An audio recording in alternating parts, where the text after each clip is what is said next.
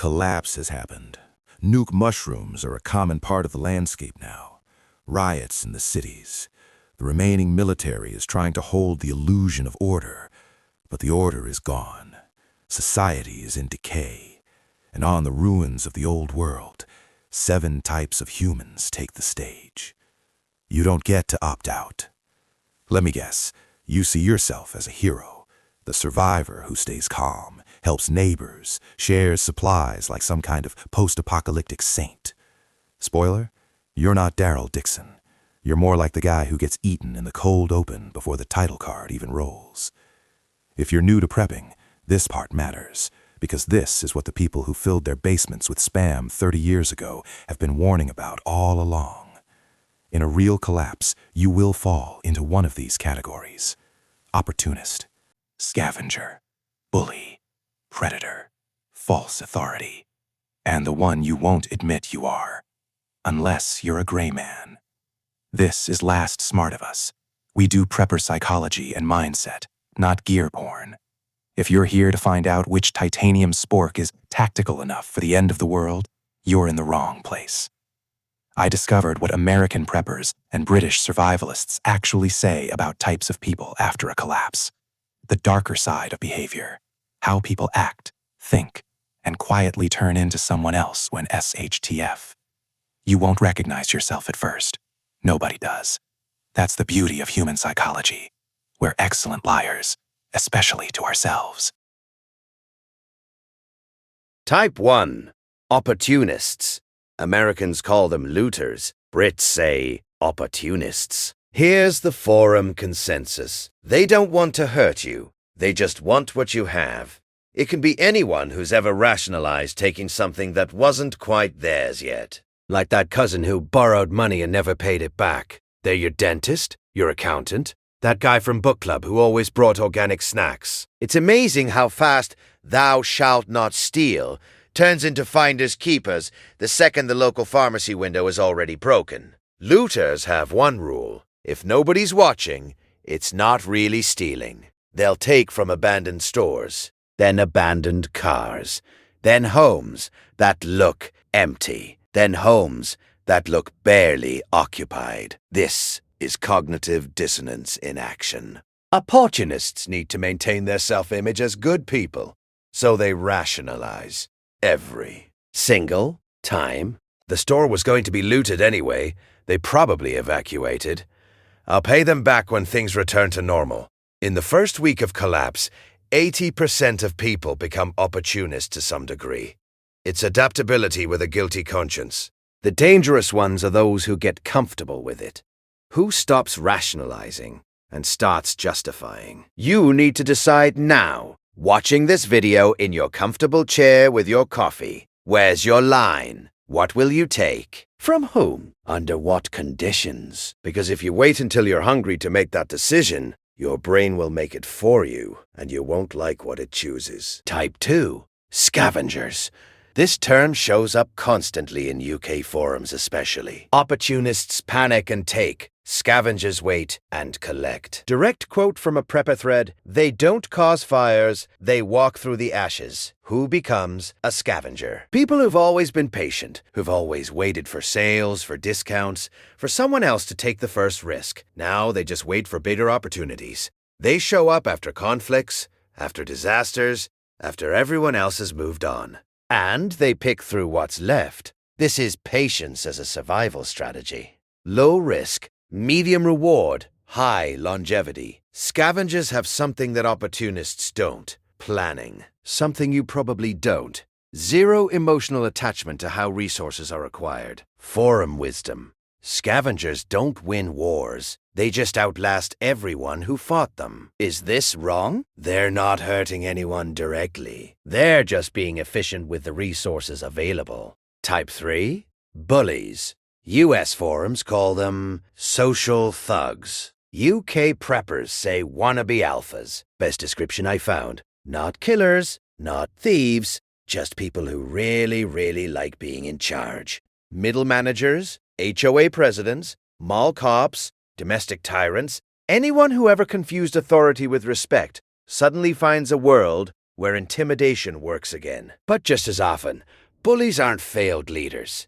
They're young, impulsive packs who were already violent in peacetime and finally lost consequences. They move in groups. Always. A pack of 3 bullies is basically a homeowners association with even less oversight and more anger issues. They dominate through intimidation, insults, threats, posturing. They'll rob you, humiliate you, maybe rough you up. They escalate only as far as they think they can get away with. Why? Because deep down, they think consequences might come back, and they don't want murder charges. This is social dominance theory playing out in real time. Remove formal authority, and informal authority rushes in to fill the vacuum. Only boundaries can stop bullies. Just the absolute certainty that you will not be an easy target, because bullies calculate cost versus benefit faster than a computer. Make yourself expensive, and they'll shop elsewhere. Forum consensus. If unchecked, they evolve. Meaning, they start as bullies, but unchecked, they escalate. And escalation is only one end state. Type 4, predators. In the US, we call them wolves. In the UK, career criminals. But the forums have a phrase that's more honest. They're not adapting, they're coming home. These are people who already live outside the rules. Violence wasn't a last resort for them. It was a first language. They organize fast, like suspiciously fast. While everyone else is still processing shock, they're already forming hierarchies, testing boundaries, and figuring out who's weak. Career criminals, gang members, people who already knew how to operate outside the law. They aren't grinding for XP in a basement. They've been playing the survival game on hardcore mode, while you are complaining about lag on Discord. Predators don't negotiate. They don't compromise. Civilization is a cage that stops them from doing bad things. When the cage opens, they don't panic. They celebrate. Preppers are weirdly calm about this type. Why? Because they're predictable. A predator doesn't pretend. He doesn't smile as he counts your supplies. He just takes. The scary part? You might think you can reason with them. You can't. They're not irrational. They're just operating on a different value system, where your comfort means exactly nothing. If someone's entire survival strategy involves acquiring resources from uncooperative neighbors, they're not a survivalist. They're a predator who bought a tactical backpack. Type 5. False authorities. US forums call them tin pot dictators. In the UK, they're self-appointed majors. These people don't want your food as much as they want your salute. It can be middle managers passed over for promotion, bureaucrats who worship their own clipboards, anyone who spent their life feeling small and now sees a chance to be someone. Their survival plan is basically a LARP, where you're the NPC.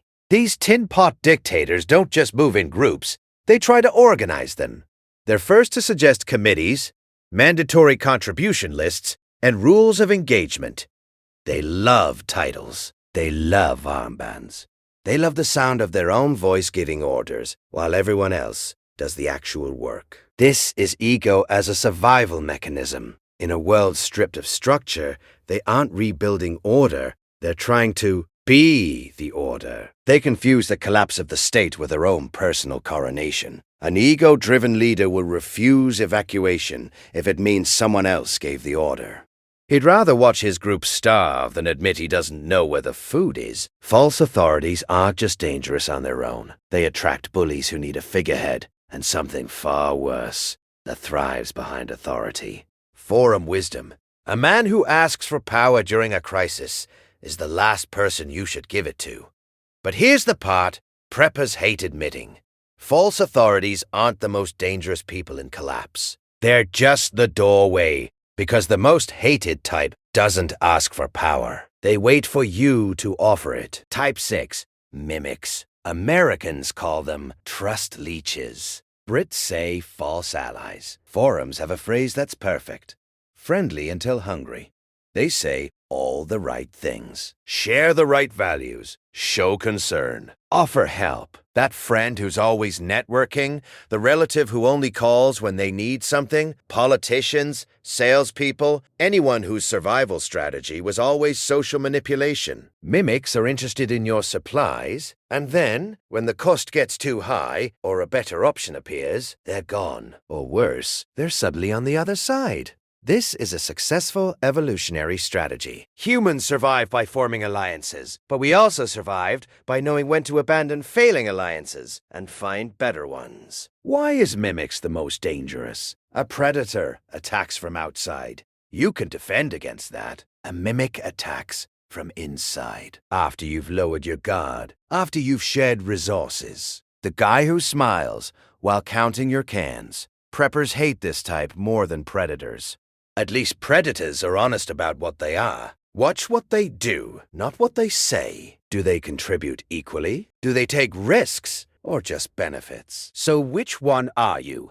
Before you answer, none of them. Understand something. Preppers don't call themselves heroes. They call themselves prepared. Self-reliant. Gray man. Gray man means invisible. Unremarkable. Someone who doesn't register as a threat or a target. If you didn't see yourself in this list, two possibilities. One, you're actually a gray man. You've thought through your psychology, tested your boundaries, and built real self-awareness. Or two, you're lying to yourself. Everyone picks a mask in collapse. You choose it now, or hunger chooses it for you. This is last smart of us. We prepare minds, not just gear, because when everything falls apart, your backpack won't save you. Your brain will, or it won't.